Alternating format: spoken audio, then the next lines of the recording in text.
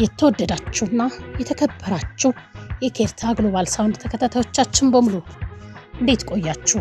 ሞላ ማሮ የጥረት አብነት ከ1918 እስከ 1972 ዓመተ ምህረት አዘጋጅ ብርሃኑ ሰሙ የጀግናችንን የወንድማችንን ታሪክ ክፍል 14ን አሰናድተን ወደ እናንተ ይዘን መጥተናል። ከወዲሁ ስለ አብሮነታችሁ ከልብ እያመሰገንን ለቻናላችን አዲስ የሆናችሁ ሰብስክራይብ፣ ነባሮቹ ላይክ፣ ሼር እንድታደርጉ በትህትናና በፍቅር ጠይቃለሁ። ሞላ ማሮ የጥረት አብነት ክፍል 14 ገበያቸውን ከአዲስ አበባ ውጭ ማስፋት ዓላማ አድርገው መንቀሳቀስ ሲጀምሩ አብረውን ሊሰሩ ይችላሉ ብለው ያመኑባቸውን ኢትዮጵያውያንን ወጣቶች መመልመል ጀመሩ።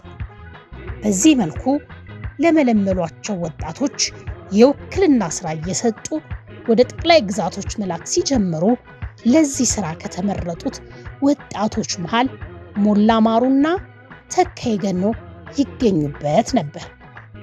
ምርቱን ወደ ጠቅላይ ግዛት ወስደው በውክልና እንዲያከፋፍሉለት ሁለቱን ወጣቶች በቅድሚያ የመለመላቸው በአዲስ አበባ ከተማ አነስተኛ አረቄ ፋብሪካ ያቋቋመው ኮንስታንቲኖስ የሚባል ግሪካዊ ነበር።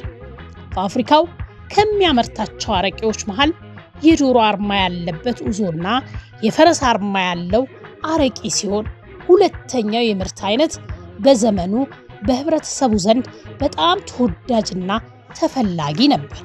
በወቅቱ አረቄ በማምረት በአዲስ አበባ ከተማ ሌላኛው ታዋቂው የግሪክ ሰው የኤልያስ ፓፓሲኖስ ታላቅ ወንድም ኒኮላስ ፓፓሲኖስ ነበር።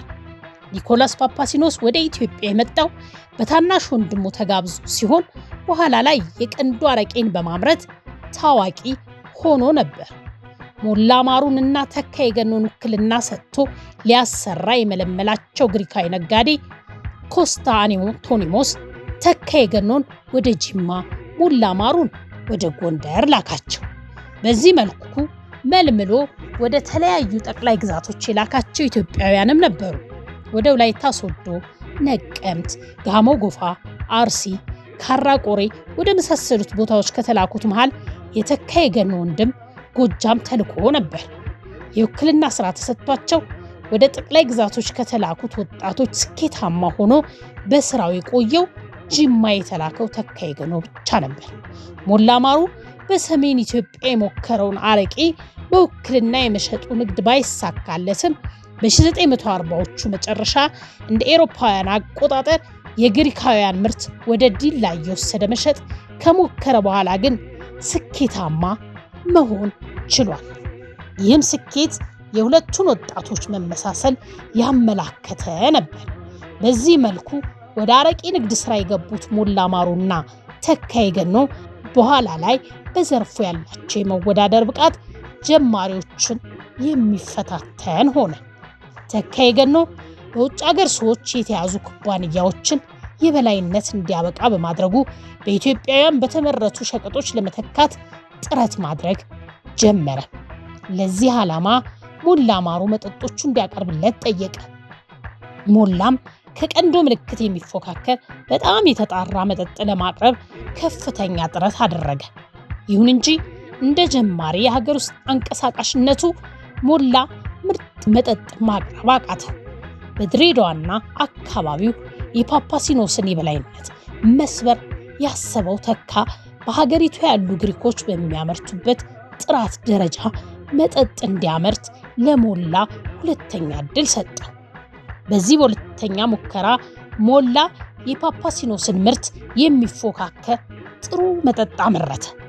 የሞላ ማሩን መጠጥ ከተረከበ በኋላ ተካ በከተማይቱ የሚገኙ ሁሉንም ኢትዮጵያውያን የመጠጥ ቤት ባለቤቶች ጋብዞ ከአንድ ጠርሙስ ቀንዶ ወይም ኢልክ ምልክት 5 ሳንቲም ብቻ እንደሚያገኙ የሞላን መጠጥ ቢገዙና ቢሸጡ ግን 25 ሳንቲም እንደሚያገኙ አሳመናቸው። ከአንዱ በስተቀር ሁሉም ባለቡና ቤቶች አማራጩን በመቀበላቸው የፓፓሲኖስ ፋብሪካ አውዳሚ ኪሳራ ገጠመው። በመጨረሻም የፓፓሲኖስ የመጠጥ ፋብሪካ የድሬዳዋ ቅርንጫፉን ለመዝጋት ተገደደ። ተካም ቁሳቁሶቹን በ25,000 ብር ገዝቶ ለሞላ በመስጠት ዕዳው ገንዘብ ሲያገኝ እንዲከፍል ጓደኛውን አሳሰበው። ጉዞ ወደ ሲዳሞ። በ1940ዎቹ በሲዳሞ ጠቅላይ ግዛት በዚያን ጊዜው አጠራር ማለት ነው ገጠርና ከተሞች ቡና ማዕከል ያደረገ ሰፊ የንግድ እንቅስቃሴ ውስጥ የጉራጌዎች ተሳትፎ ጉልህ ነበር። በወቅቱ ዲላ ከሲዳሞ ጠቅላይ ግዛት ወረዳዎች አንዱ ወረዳ ነበር። ጠቅላይ ግዛቱ ዋና ከተማ ይርጋለም የነበረ ቢሆንም ዲላ የተሻለ ድምቀት የንግድ እንቅስቃሴ ይታይበት ነበር። በዘመኑ በዲላ ከተማ በየዕለቱ የሚቆም ገበያ ነበር። ገበያው ውስጥ ሚዛን ተራ፣ ጣቃ ተራ፣ ልብስ ስፌት ተራ፣ ኮሪያ ተራ፣ ሶዶ ሰፈር፣ ሲልጤ ሰፈር፣ ጡት የለሽ ጠጅ ቤት፣ እህል ተራ እነኚህን የመሳሰሉ የመገበያያ ቦታዎች ነበሩ። ከሁሉም ደማቁና ሰፊ እንቅስቃሴ የሚታየው ግን በሚዛን ተራ ሲሆን በዋነኛነት የቡና ግብይት ይካሄድ ነበር።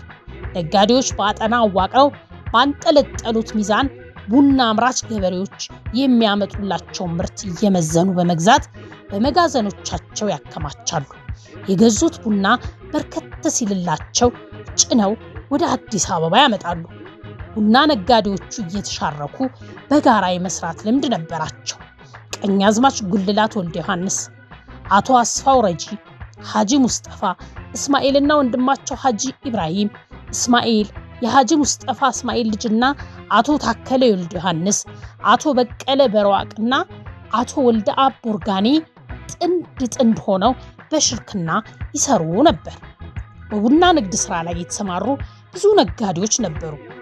ከነዚህም መካከል አቶ ወልደ ዮሐንስ ሳኔር፣ አቶ በሩ ጊባቶ፣ አቶ ተስፋ ወልደ ማርያም፣ አቶ ተሊላ ነጊያ፣ ግራዝማች ኦዳ ሰሙ፣ አቶ ፉላስ ጊባቶ፣ አቶ አርጋው ምረቴ፣ አቶ በቀለ ኒኮሌ፣ አቶ ማሩ ደበላ፣ አቶ ፈይሳ አቢቹ፣ አቶ ጨብሲ ዱግዳ፣ አቶ ደነቀ አባድነው፣ አቶ በቀለ ከቶ፣ አቶ ኃይሌ ዋቅጅራ፣ አቶ ተክሌ ሊሙ፣ አቶ ግዛው ገቢሳ፣ አቶ ከድር መሐመድ፣ ግሪካዊ ሙሴ ቆስጣ፣ የአርመንና የአረብ ዜግነት የነበራቸው ይገኙበታል።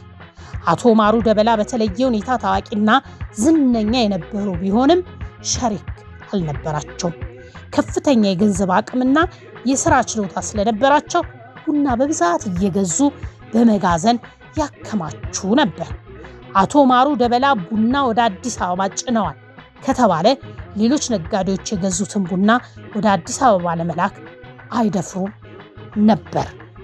ሞላ ማሩ የጥረት አብነት ከ1918 እስከ 1972 ዓ.ም አቶ ብርሃኑ ሰሙ ያዘጋጁት የዛሬ ያዘጋጀንላችሁን ክፍል በዚህ ያጠናቀናል።